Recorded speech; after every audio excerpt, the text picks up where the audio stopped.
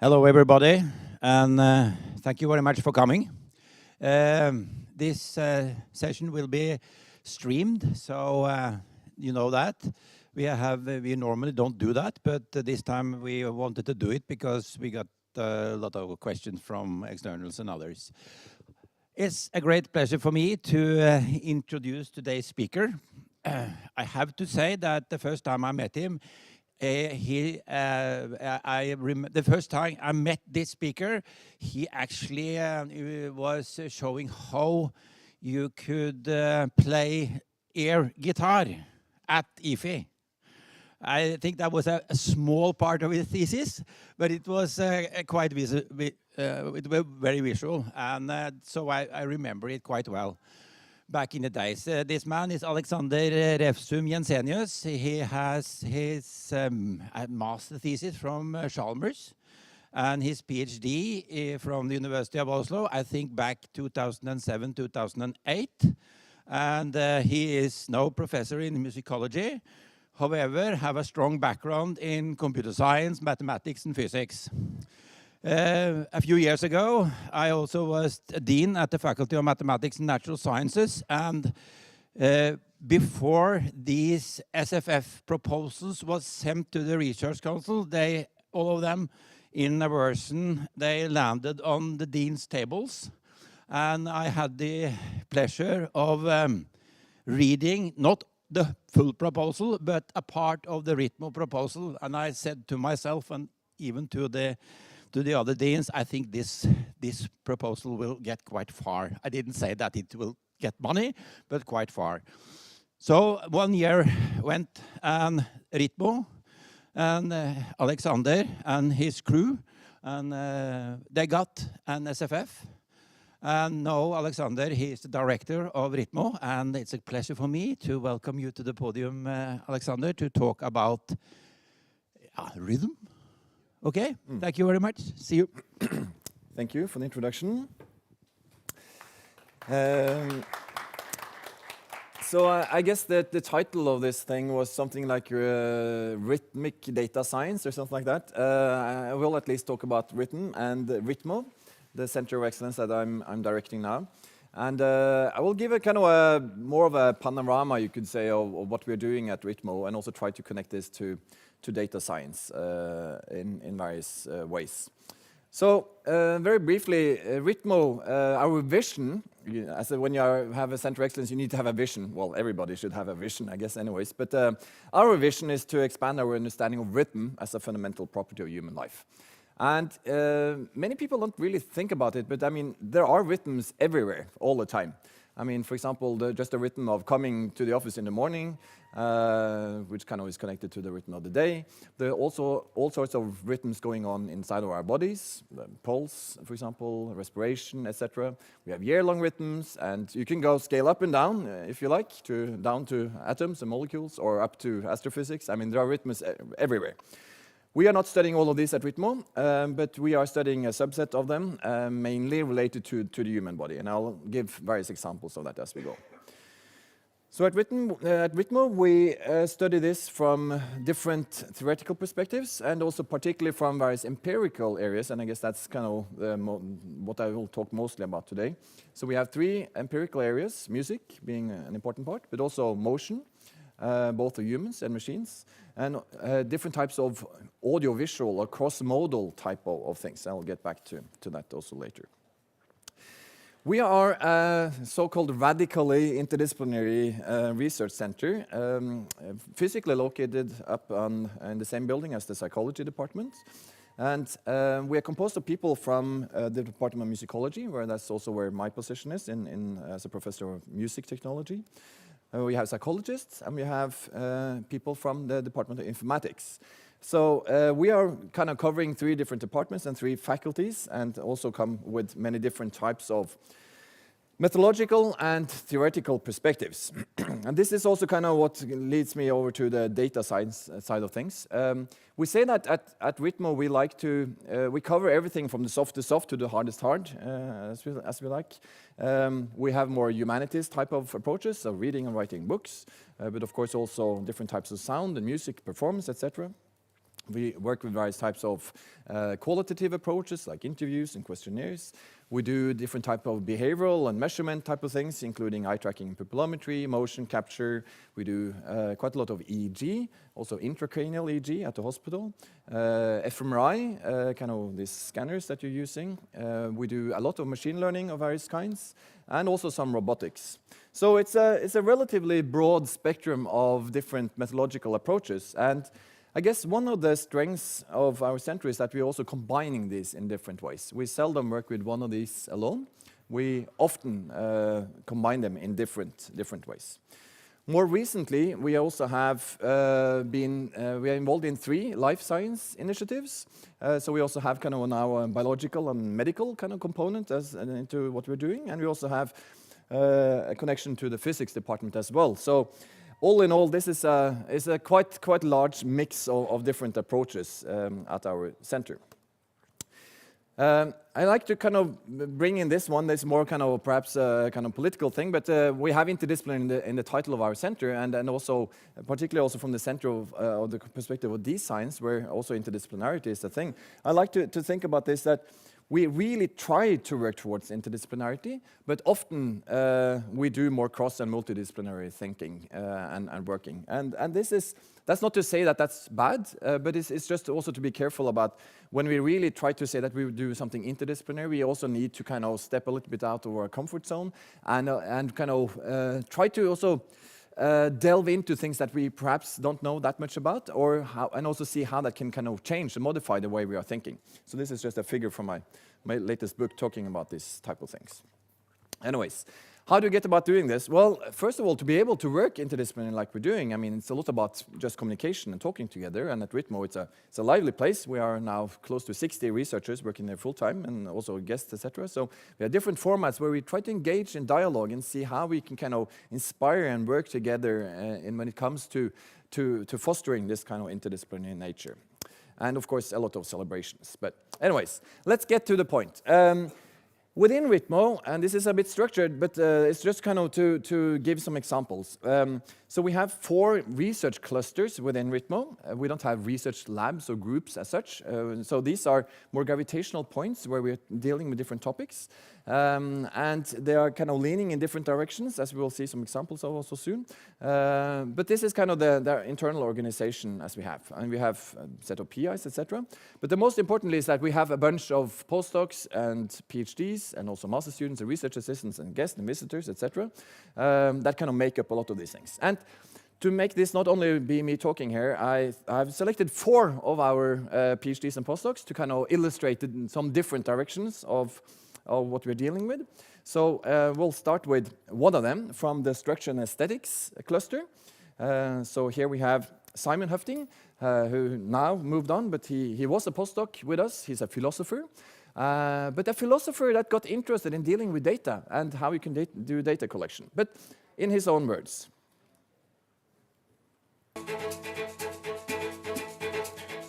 From previous research, we know that music has fantastic effects on people's moods and on their well-being in general. And I particularly focus on the kinds of experiences that playing music generates in the people who play it. I do that because those experiences are very intense. They're like the crystallization of what it means to be exposed to music and to art. And I'm interested in finding the core of this phenomenon, because if we can find that, I can perhaps say something about the general structures of it and how to bring it about in more instances. I'm Simon Hofting. I'm a postdoc here at the RITMO. So Simon came to us as a philosopher, mainly working with qualitative methods and doing what philosophers do, think and write, etc. But then, being at RITMO, he realized that, well, there is a world there where it's possible to explore these things also from a more let's see. There we go. To use, for example, the resources we have in the Forms Lab that we have at RITMO, which is a world-class facility for studying human body motion and physiology. We work a lot with motion capture systems, as you see here, these cameras here that emit infrared light, and it gets reflected on the body of the performer in this case, and where you can get very detailed and precise information about what's going on while playing. So Simon got interested in his approach to, okay, what can you say about absorption and kind of the phenomenon of musical experiences if you actually want to delve into what's actually happening in the bodies of people? So that was kind of the starting point of what later became a series of research experiments. And how can you do that in a setting where you can actually look at real musical examples? Because a lot of music research, a lot of other types of research too, is done inside of laboratories where it's controlled and you can systematically look at things, but you don't really get to kind of see how it works in a real life setting. So while Simon was with us, he organized first a research concert inside of the lab, where we kind of tried to have a small chamber group there playing, etc. But then this also led to seeing, okay, is it possible to move all these things outside of the lab and take it out into a real world setting? And we did. In what we called Music Lab Copenhagen, where we worked with the Danish string quartet, which is a world-class string quartet. We were allowed to overtake one of their concerts during a festival they were having, and we equipped them with motion capture suits and sensors, etc. So that we recorded the full concert they did with an audience. This was also right after Corona, the opening, the first wave. So we had the kind of a short window where we actually managed to organize this concert before it locked down again. So we had 150 audience members physically in the space, but we also had 150 audience members online. And so we were doing data collection on the musicians, but also on the audiences. And then talking about data then, here you see each of the musicians, they wore a motion capture suit, so we have the motion capture from how they moved. They also wore these eye tracking glasses, so we have information about where they looked, and the pupil size. And they also wore physiological measurement devices for measuring their respiration and heartbeat as well. So it's a lot of data in there. And it's a lot of complexity when it comes to handling this type of data. And I'll spare you for all the details there, but if you're interested, we have a lot of publications coming out about this particular research concept right now, and some of the complexities related to that. But again, this was something that started with a purely philosophical question, and one of the core questions for Simon was also to see, how do these musicians synchronize? And in fact, do they, for example, synchronize their heartbeats while playing? Which is a pretty cool thing. Nobody has answered it. And we will answer it very soon in a publication coming out. And the short answer is, yes, they do actually synchronize their heartbeats while playing. But it's more complex than that.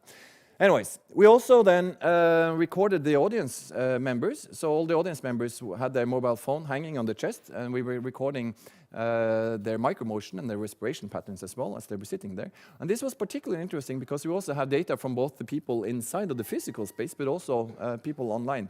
So that's also yet another data set with relatively complex data, but where we can also look at what's going on.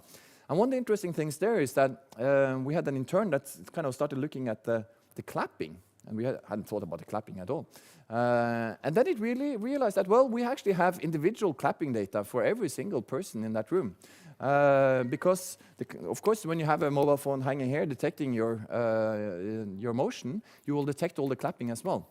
And now we have been actually having a side project where we have been investigating the clapping and looking at also the stillness effect of when people do actually get stiller when they sit there and they concentrate. So this links back to the original question about absorption. How do you get absorbed in the music? Well, the absorption is also perhaps when people get still. And they really they freeze. What's going on then? And then we can go back in and can also study this more from using more traditional musicological methods and trying to understand, okay, what's going on in the music here? What's the communication between the audience and the musicians, etc., etc., etc. So we are working a lot with this type of, well, both hypothesis-driven type of research, but also data-driven exploratory type of research where we collect data because we can. That's the nice thing also about having a center of excellence with a lot of people. We can do these type of things. And then also to see how things emerge. So we are kind of working both bottom-up and top-down at the same time, you could say, in a lot of our research. Anyways, I should also mention that this was a part of a music lab, which is also something we're doing in collaboration with the university library, and we actually had several music labs actually here as well. We have had them in different places. And one of the ideas with the music labs is to really move outside of the lab, in the normal lab. We still do lab-based work, but we like to build also these concerts, real concerts in real-world venues, where we typically have some kind of workshop in the beginning of the day. Then we also have a panel discussion related to the concert. We have data collection during these concerts, real life data collection, both of audiences and musicians.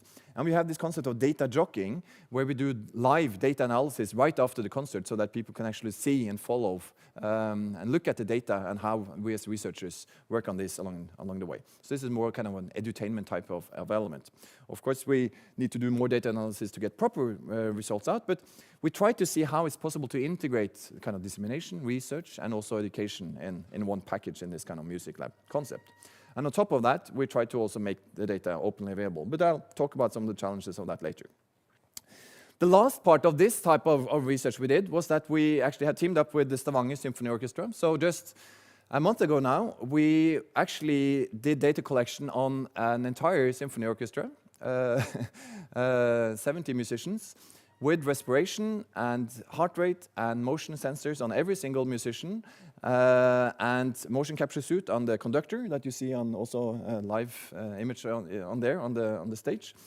And we had also on the audience members, they had reflective armbands. So we had up to 1,000 audience members per concert with reflective armbands. So we also can measure then the activity of the audiences as well.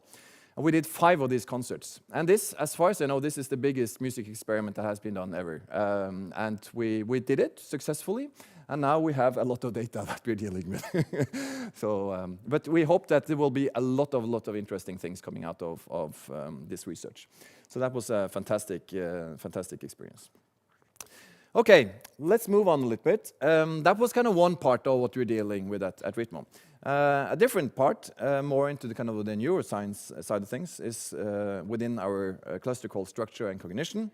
And here, this is a cluster where there's a lot of things going on when it comes to also measuring things in the brain, using different types of techniques. Here with normal EEG, that we do a lot in the basement at RITMO. But we also have some researchers doing cutting-edge research on intracranial EEG with patients, epilepsy patients mainly, at the hospital. And we have Alejandro Blenkman to introduce that for you. So the reality as we perceive it is not only representative of the world we live in. For example, when seeing a ventriloquist show, we see the voice coming from the puppet's mouth and not from the ventriloquist. So how is that possible? So to put it simple, the reality is built from the interaction of predictions coming from inside our brain and inputs from the outside world. Understanding how these predictions are computed inside the brain is fundamental to understand how the brain works in normal but also in pathological conditions. I think that it's just curiosity. How is that this group of neurons, cells in the brain are doing all this magic, right? Because we perceive the reality as something that is continuously flowing. We don't realize that actually what is getting into our brain is just electrical noises, very noisy signals. And we don't perceive anything of that, right?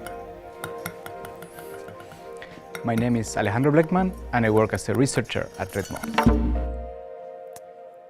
We got some pop-ups here as well, but anyways.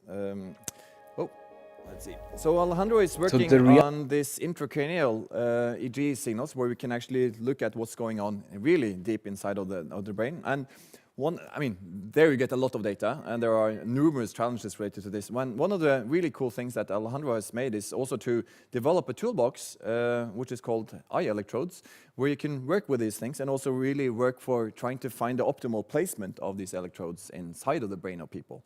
So this is an example also how also on the neuroscience side of things we work with really large-scale data sets and also try to see how we can work on optimization also in kind of the experimental conditions.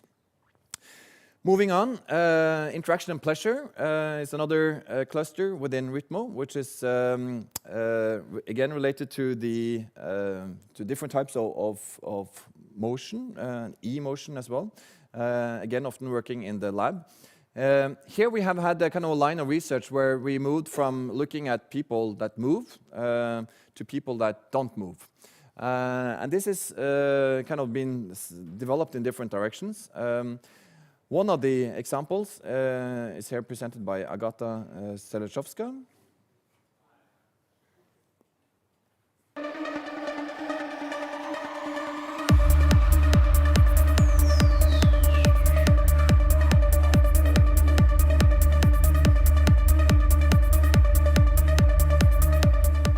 When people listen to music, they often spontaneously start moving to it. It just feels natural to nod your head or tap your fingers to the beat. So natural that it kind of seems to be happening without your control, maybe automatically. But is it indeed automatic? Can we decide to move or not to move to music? In other words, do we move to music or does music move us? My research suggests that it can be very difficult to not move to music, even when you really try to stand still, which we showed in several motion capture experiments. I want to understand how and when music moves us, and why it can be so irresistible. My name is Agata Żelechowska, and I am a researcher at RITMO. So Agata's research then led to, let's see. So she worked in a project that I led called Micro, and one of the things that led up to this, also talking about applications that are, well, failed applications or not, but I became interested in this concept of standstill, human standstill, quite early in the beginning of the 2010s, and then I applied several times for different types of funding to get money for researching this. It took a while to get funding for it, but meanwhile I did pilots, and one of the pilots was the first Norwegian championship of standstill in 2012. And the good thing is that when you do pilots, you also start to get results, and you get publications, and then eventually we also got it funded. So it ended well.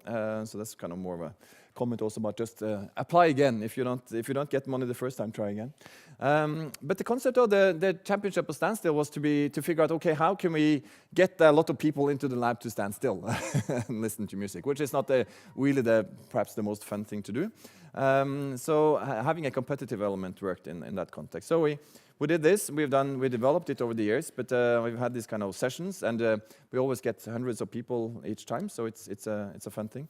When you stand still, of course, you don't stand still. I mean, there's micromotion going on in the body, and that's kind of the interesting thing. So these are just exemplary plots from one person standing still for 10 minutes, where you see kind of that there is this kind of slight motion happening as you stand there, which is related to the pulse, the breathing, and also various types of just noise in the body. The thing is that, is there a signal in there? And yes, there is. There's a lot of noise too, but there are signals in this. There are biological signals. But what we see is also that when we start playing music to people, we have tested different types of music, but also different types of sound. People will move, at least if you have something with a constant rhythm and a relatively high tempo, people will move more than if they stand still in silence. But sometimes also, some music may actually may help people to also stand stiller. So there's an interesting thing there. And this is something I've been researching for more than 10 years now. And I'm currently writing a book called Still Standing, summarizing a lot of these things. And I'm also then actually standing still 10 minutes every day myself now, doing data collection on myself as kind of a project. So if you want to look at how that's going, you can look me up on Mastodon, and you can see my plots every single day. I'll do it right after this. Yeah. And the data from this is also publicly available, so in the Oslo Standstill database. So there are hundreds and hundreds of people that are there from the championships, but also from our controlled lab experiments, of people standing still. So this is an interesting database to explore. From a data science perspective, this is gold, because it's very challenging data to work with. It's biological data, real-world data. But there's a lot of noise there. But there are some signals too. So it's kind of trying to figure out that when you have such kind of high signal-to-noise ratio is tricky. But it's also interesting to use, and I know that some people have been using also this database in game design, where they want to look at how can you make a crowd of people in a game or in a movie look normal, and then they have actually been using our data to kind of as kind of real life examples of how people kind of move and kind of move slightly when they just try to stand still. So lots of interesting use cases of this database, and you can look it up if you like. Now, moving over to the fourth cluster at RITMO, interaction robotics. So this is more of the informatics side of things, but again. At RITMO, we really work together. It's really a blended thing. So when I say it's more informatics, it's not that it's only informatics research. There are also people from psychology and musicology there, but it's kind of more into kind of the core, you could say, of computer science and data science type of things. But here we have Benedicte Wallace to introduce this one.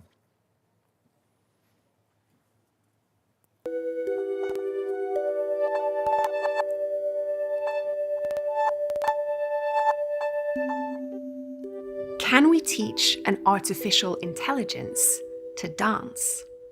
And why on earth should we?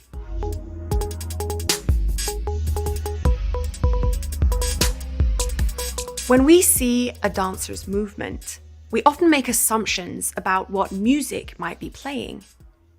If you look at these two people, I think most of you will get an idea about what music was playing while these dancers were recorded. My work is focused on trying to see if these sound motion mappings is something that can be learned by an AI. I've collected a dataset of motion capture recordings of dancers improvising to different music. And I use this data to train a deep learning algorithm to see if it can learn to dance. The AI consists of an artificial neural network that has recurrent connections. And this allows it to hold a sort of short-term memory and remember the things that it has seen. Sometimes it does strange things, and sometimes beautiful things. Teaching AI to do creative tasks like dancing could teach us about our own artistic processes and augment our creative practice. My name is Benedicte Wallace, and I'm a PhD candidate at RITMO. So Benedicte is working on something that now, I mean, everybody is talking about ChatGPT these days, but it's so important to remember that this type of research has been going on for a long time, and I guess many of you know about this already. But at RITMO, we are particularly interested in this creative aspect of it. I mean, we use different types of machine learning for analysis across the center, but we're also doing a lot of different types of creative use cases of this, and seeing also how in this example here, there's working also with these muscle armbands and how we can use muscle information to control music. We also have a muscle band that we kind of perform with from time to time, where we kind of use this type of methods. We're also exploring, we have these self-playing guitars. We're also trying to look at how can we use new fancy digital methods combined with traditional acoustic instruments. So these self-playing guitars, they have actuators in the back, so they start to resonate, and the sound is controlled digitally. But it's resonating through an acoustic body. So we're very interested in those kind of the meeting point between the human and the machine. It's not only that the machine on its own, but it's really that this meeting point between a physical body, feeling the kind of the resonances of the instrument with the kind of the digital sound. And a sine tone can sound beautiful if it's played through an acoustic guitar. Just to, if you haven't tried it, you should come and test it once. Many people say that sine tones are horrible to listen to, and I agree if you play it out of a regular speaker. But if you play it through a guitar body, it sounds fantastic. We're also exploring how we can develop machine musicians. So this is Kavi, that's the one to the right. This is Charlie to the left. He moved on now. He was a PhD at RITMO, now he's a postdoc at IFI. But our friend Kavi to the left performed also actually here on this stage during a music lab. And this is a machine musician that we have trained. We call Kavi a toddler because Kavi is still learning and kind of trying to kind of improve, but learns from kind of the musical interactions that with human musicians. And the idea is here to try to figure out not only how you can you can make a machine make music, that's not really a problem. I mean, that's been happening for decades. But we're trying to figure out how can you develop some kind of level of musical agency in a machine where you can have kind of an interesting interaction going on between a human performer and a machine performer. And we're also expanding this to have different types of machine-machine collective type of improvisation. So here we have our self-playing guitars together with Dr. Squiggle's robot sitting at the bottom, which is kind of some of our musical robotics, and where there's also an interaction going on, not only with one-to-one machines, but multiple machines with multiple machines. And during Corona, we had an installation that was supposed to be in New Zealand, but it happened here, but with physical participation, where people would also be able to sit in their homes and interact with this installation from a distance. So we'll have hundreds of human people out there in the world interacting with this robot collective sitting at RITMO and having kind of an interesting musical experience. So this type of things we also explore and work with at RITMO. Now, let me get to this question of data then. And this is something also coming from, I'm employed in the Department of Musicology and Faculty of Humanities, and often in the Faculty of Humanities when we talk about data, not everyone really kind of understands the concept. What is data really? But data is, of course, a lot of different things, and for us, I mean, this is data. I mean, everything we're doing is data in a way. And we are trying to figure out how can we work with this in a systematic way, and how can we combine it in different ways. Now, I've shown you 4 examples of our researchers, how they deal with these things. We have 60 more doing other things, similar things. But there are many challenges here. And one of the things with our data sets is that, well, people often ask us, or our data managers, do you have very big data? And everything is relative, but we don't really have very big data, I think, if you compare to many other people. But we have very complex data. I think we have some of the most complex data around, because we have all these combinations of different data. And none of our data sets are alike either. They're all different in different ways. We typically, everything we're doing is related to multimedia. We have usually always audio, video, and images in addition to all different types of sensor data. There's also different modalities, human modalities, that are kind of involved in all of this data, which kind of also makes it difficult to figure out how to handle the kind of the perceptual, cognitive kind of interpretation of the data. We have a lot of qualitative data as well, and that's an important element, because we really like to combine the quantitative and qualitative and figure out how can we work with this, and how can we also turn qualitative data into quantitative, and how can we also turn quantitative data into qualitative data and kind of work across these different divides. Of course, we work with humans. We work a lot with humans. So we have tons of GDPR issues, as you can imagine here, that we are trying to solve. And we have tons of copyright issues as well that we're trying to solve with all of these things. And just to make a kind of a plug about the copyright, we have a project called Qualifier, which is a so-called hub node network here at the University of Oslo. And 18th of April, we'll talk about copyright specifically from this perspective. So if you're interested in that, come to that breakfast meeting there. But back to the data then. We also like to work with and try to work towards open data. But again, given all the challenges I just mentioned, then the openness here is tricky. I have a particular interest in this, since I'm the Norwegian representative to the European University Association's expert group on open science, which means that I'm also involved in kind of high-level policy making in Europe when it comes to this field. And then kind of when I do the policy making, I feel that I should also do this in real life. And that's also kind of why we have been working on this music lab project, where we've been trying to figure out how can we make these things open. It's not that easy, as you know, but because most of the research process right now is behind it's in a black box. Some of the results are getting more grayish as we're opening publications, we're opening data, etc. But most of the rest of the research process is closed. So if you think about, all the different building blocks of what the research is doing, or what we're doing, everything could be opened in theory, right? But it's difficult. But I'm kind of trying to figure out and explore how can we develop these things, even from the application stage. So if you want to look at the applications for my projects, for example, they are all openly available on the project web pages, so that you can read what I've applied for.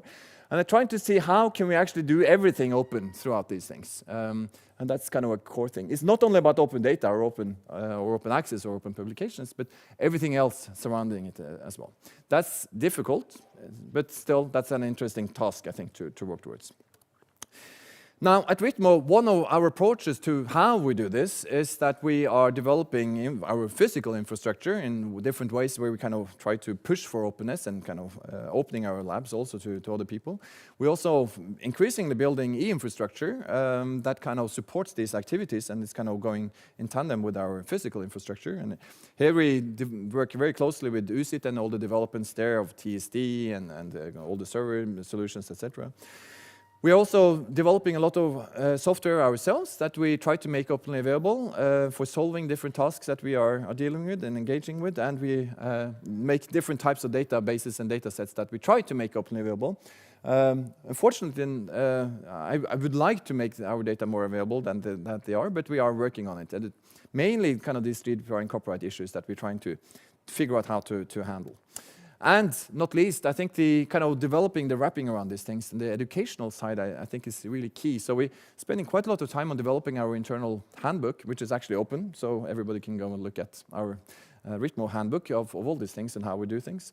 And also develop educational material. So we have also developed our own internal systems for describing how to deal with these type of things. And we also have different online courses where we teach these things. This is from a FutureLearn course. It's kind of part of other courses as well, but we put it into kind of a structured format so that all our researchers and students at least kind of will get through this material and kind of get some information about general data management, ethics, intellectual property rights, and GDPR. So, I'm getting towards the end here now. So in conclusion, since this kind of started from a rhythmic data science perspective, data, yes, this is what we're dealing with. It's a lot of different things, but then again, we are a lot of people, and we're trying to push the boundaries in different directions. So that's kind of the complexity, the thing, but also it's also the fun thing. And then to conclude, we are talking about the educational part, just to plug the motion capture online course that we have running on the FutureLearn platform, where you can learn about this methodology. We also have a new pupillometry course now, and my latest book, in case you're interested in learning about musical instruments, and different combinations of the acoustic and digital when it comes to also the kind of the musical realm. But I leave it there. Thank you very much.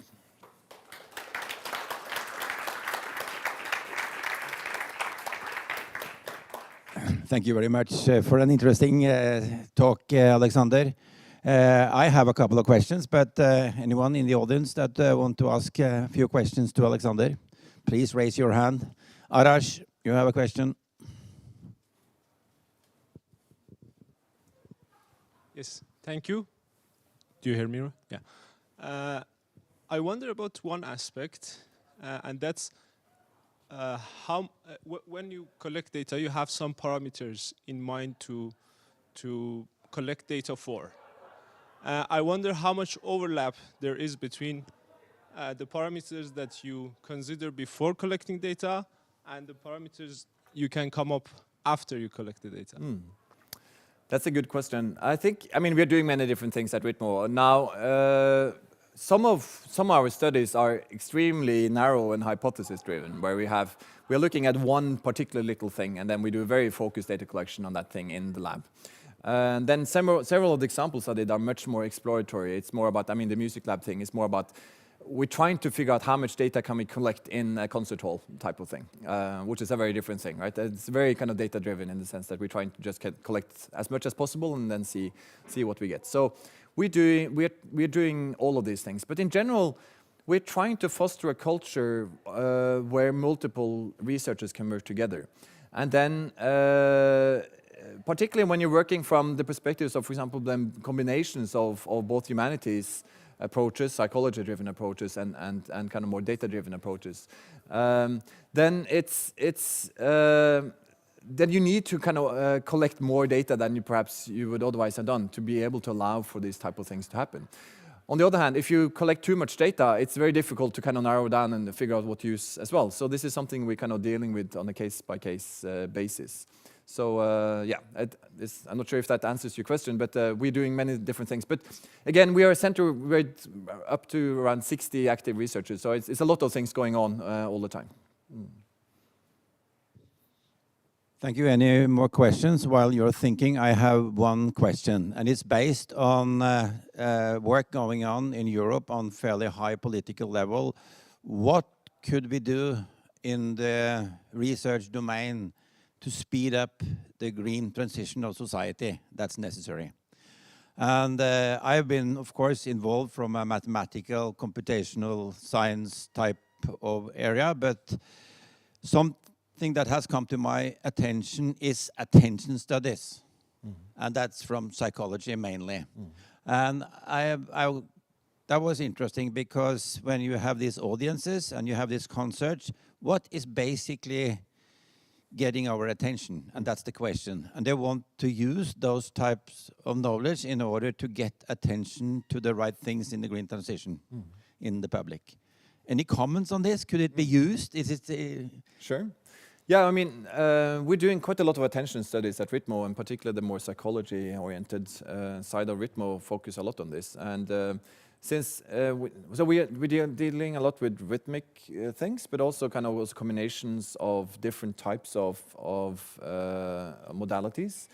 And we also see that attention is also, I mean, if you think about visual attention versus auditory attention, for example, there are different combinations there. But also more on the softer side when it comes to emotional aspects as well. How do emotion relate to motion, for example? And I think a lot of when it comes to kind of change in society in general, we need to think more about emotional aspects and kind of cultural things, etc. And I think that's perhaps, if I should say something there, is this the way that we are working, and there are obviously other ways of working too, but the way of combining between, for example, the humanities, the social sciences, and data sciences, I think is really key here. That we can come with different perspectives, because ultimately, if you want to make societal change or something, we need to change people as well, right? And to change people, we need to get into their minds and bodies, etc., in different ways. We need to kind of play with people's emotions and try to figure out how can we, for example, positively enforce a change, for example, towards the green, using different types of methods. Not sure if that's an answer, but yeah, sure. That's a good answer. I think you are into it, and the combination. We can't solve the green transition without getting people involved, and attention is important. Another type of question, two more questions, and maybe it's a comment as well. But if you collect all the data from all your 4 areas into one big chunk of data, have you, or you might have you considered using some sort of advanced statistical methods to look for patterns in these huge amount of data you are selecting in all your experiments? Well, we first of all, when it comes to data and collecting data, yes, we have lots of data, but to be meaningful for either statistical or for machine learning approaches, the data needs to be somewhat clean, or you need to know something about what it is. So a lot of what we're dealing with and struggling with is really just basic data science things in terms of, for example, just synchronizing data. I mean, when we had data for example, during the concerts with 1,000 audience members and 70 musicians and 10 different types of sensor technologies involved, just synchronizing all of this data and kind of aligning them at all is kind of a big task on its own, right? And then it's something about labeling, and then I mean, so yes, a dream would be that we should have this giant RITMO database of everything, but in practice, we need to kind of figure out and solve all these small parts, etc. first. But yeah. But to make the question even a little bit more in the open area, let's say that, okay, research is also about the things that we do not know what we do not know. So maybe could we exploit this by just, something happens? Okay, there is something, and then find completely new things and ideas. And that's also one of the reasons why I am very positive and towards open research in general and open data also, is that exactly by making data openly available, then other people can use it and reuse it in different ways. And I think there is a lot of data collection going on, and I think a lot of data is under-analyzed. I mean, it should be analyzed more, and it should be used in more ways than it was originally used for. But again, the challenge is here as kind of just handling it and also making sense of it. Because we can always throw lots of data on a machine learning model, but it would be even better if the data was a little bit clean and structured beforehand. One more comment and maybe question with respect to the creativity part of it. And I know that you have exploited this for many, many years. Would you say that okay, you use technology to support creativity? I got a question from not yet a writer. Will the future give me as a writer, for example, writing crime? I'm not doing it, but people do it. Can we develop technology that will help me in the creative process as a writer?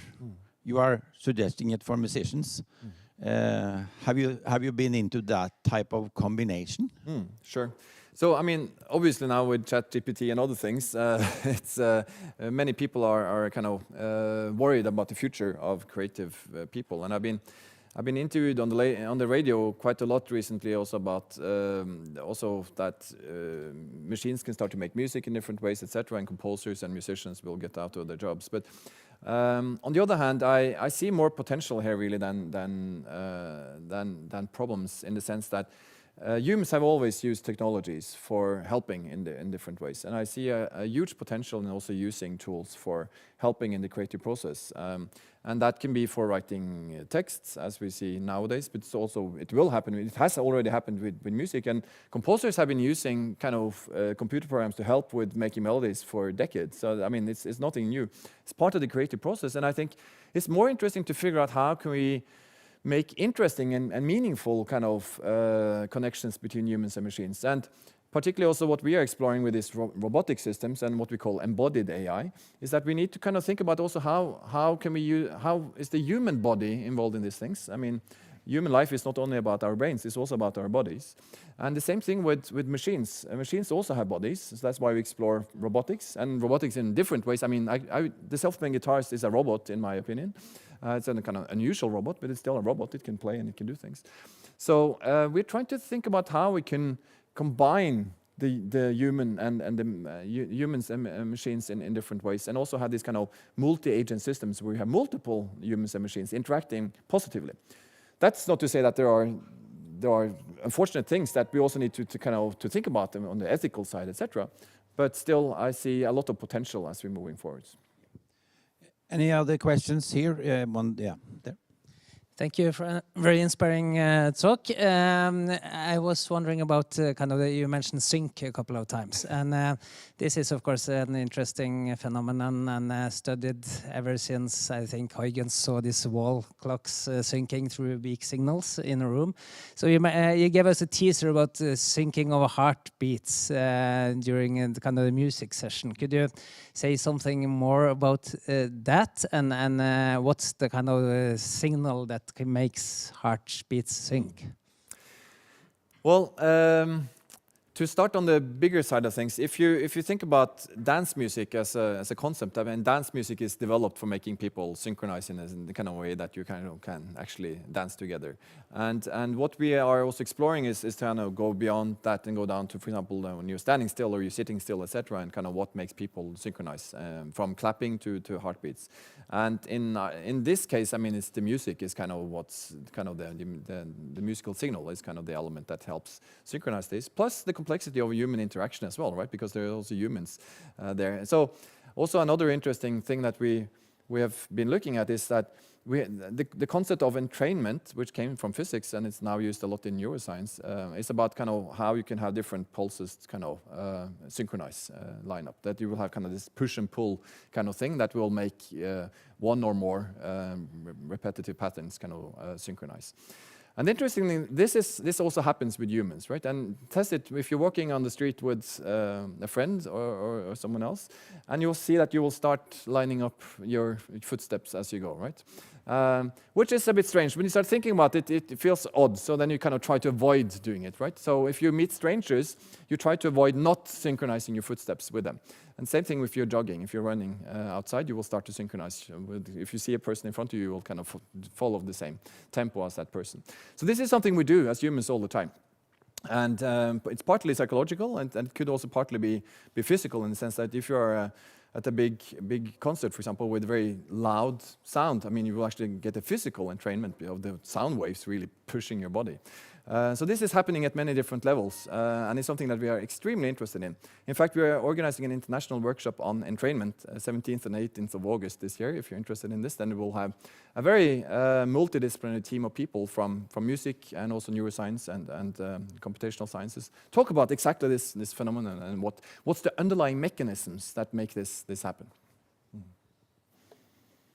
There's a question over there. So thank you for a really inspiring and interesting talk. I was thinking about there's quite a lot of interest in using music as a therapy or treatment for patients suffering from mental conditions such as dementia and other things. And I would think that an inter-transdisciplinary team as yours from psychology, informatics, musicology would be kind of a perfect match for doing some kind of research of actually understanding what happens in these cases and how to use this therapy as good as possible. Is that something you have considered looking into? Yeah. So we are not doing music. Well, we're not doing therapeutical research as such at RITMO. We're doing more kind of basic research, but we are definitely trying to understand more about the mechanisms that make these things work. And it's true, as you say. I mean, music works at many different levels, and it's used both to kind of as a self-medication, if you like, for different type of more psychological benefits, but also for different type of motor activities as well. You have all these examples also of people that are challenges walking, for example. You put on dance music and suddenly they can dance. So you have all these kind of really fascinating examples of how music can help you, also in sports and in also in different ways. So yes, this is certainly kind of more of there are many related things that we are also touching upon. Although we are primarily at RITMO, we are primarily focusing on researching the basic mechanisms underlying these type of things. Okay, no more questions. Then I have one big difficult question at the end, of course. I read as I said, I read the proposal. It got money. You are halfway through. And you have even 5 more years to conduct your brilliant research in these topics. But where are you and RITMO in 15, 20 years? What are if you'll pick one challenge that you want, or one question you want a good answer to, what should that be in this area? Well, that's a big question. I think what emerges as kind of a more and more important question for me, and also looking at how the world develops around us, is the meeting point between humans and machines, or humans and technology in different ways. And I think this is something we really need to explore further. And there's a lot of possibilities here, but there's also a lot of challenges, as we see, and there's a lot of threats potentially out there. So I think this meeting point between humans and machines, humanities, and kind of the hard and the soft, I think that's really what we are trying to work on at RITMO. And I think this is something we need to be better at as we're moving forwards. Yeah, that's more of a political statement, I guess. But and we should organize ourselves also in such a way that we also take this into account. Because right now, it could also be this danger of that you can see that kind of some humanities researchers are saying that, oh, it's scary with data and we don't want to deal with that. And then on the data side, you kind of, well, you don't really want to deal with that human software type of things. I really think we need to collaborate more and merge these different approaches more as we move forwards. I think that was a very good answer, and thank you very much for coming to this dScience seminar, and good luck with RITMO.